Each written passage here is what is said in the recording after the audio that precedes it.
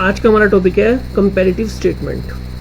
Comparative statement का मतलब है कि किसी भी कंपनी की पिछले साल और अगले साल को कंपेयर करना कि उसमें कितना प्लस हुआ है और कितना माइनस हुआ है। जैसे कि क्वेश्चन नंबर 1 लिया है मैंने, इसमें बैलेंस शीट दे रखी है सन लिमिटेड की। From the flowing balance sheet prepare comparative balance sheet of Sun Limited. इसकी 1 साल की बैलेंस शीट दी है 31 मार्च 2019 की, और इसकी दूसरे साल की बैलेंस शीट दी है 2018 की। ठीक है, तो सेम इसका सॉल्यूशन मैं यहाँ बनाऊंगा। In the books of Sun Limited comparative balance sheet as at 31 March 2018 and 19। मेरे माउस की तरफ देखो आप, वही चीजें मैं बोल रहा हूँ उसी तरफ ध्यान दो। पर्टिकुलर्स 31 मार्च 2018, 31 मार्च 2019, फिर एब्सोल्यूट चेंज की रुपीस में कितना चेंज हुआ, प्लस हुआ या माइनस हुआ। एब्सोल्यूट चेंज परसेंटेज की वो कितने परसेंट में इंक्रीज हुआ और कितने परसेंट में वो डिक्रीज हुआ, तो हमें ये सब बताना है। बैलेंस शीट को मिलाना है, उसमें दिया हुआ equities and liabilities, share holder fund, share capital.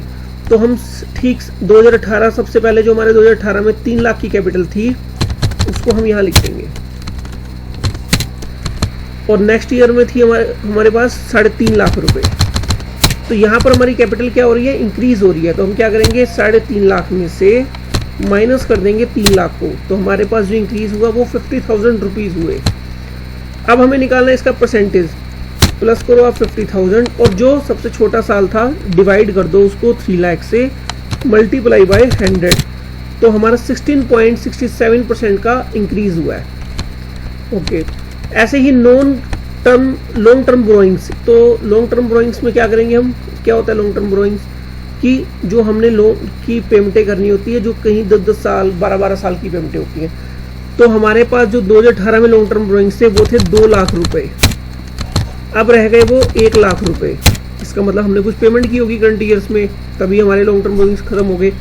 तो कितना डिक्रीज हो गया, तो यहाँ हम 1 लाख को प्लस करेंगे, माइनस करेंगे 2 लाख से, तो 1 लाख रुपीस हमारा डिक्रीज हुआ।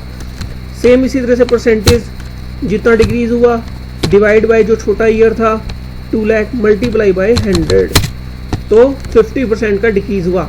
और माइनस में जब भी कुछ आपको लिखना होगा तो आप लिखोगे ब्रैकेट 1 लाख और ब्रैकेट। ओके, ये एक्सेल है, एक्सेल इसमें माइनस लेगा, लेकिन आप इसको लिखोगे ब्रैकेट में। ऐसे ही सेम 50 को भी ब्रैकेट में, ब्रैकेट मीन्स माइनस हो रहा है। करंट लायबिलिटीज,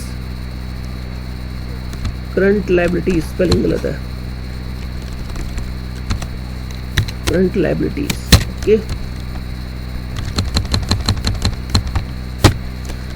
करंट लायबिलिटीज में ट्रेड पेबल्स। ट्रेड पेबल्स होते हैं हमारे सन्ड्री क्रेडिटर्स। तो हमारे पास जो थे वो 2019 में थे 1.5 लाख रुपए के, और 2018 में थे हमारे पास 1 लाख के। तो हम पहले 18 का लिखेंगे 1 लाख रुपीस, और आपका 2019 का लिखेंगे 1,50,000 रुपीस।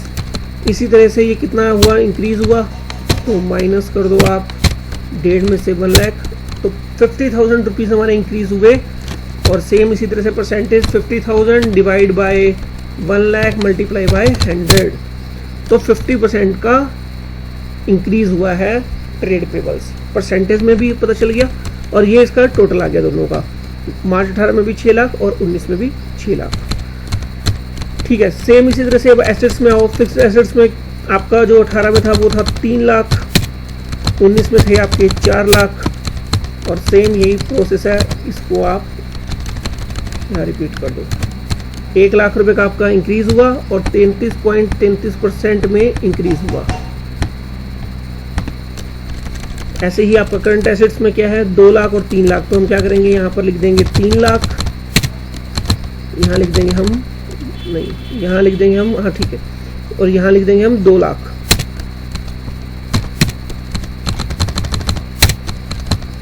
तो यहाँ पर क्या हुआ, सेम वही फॉर्मूला,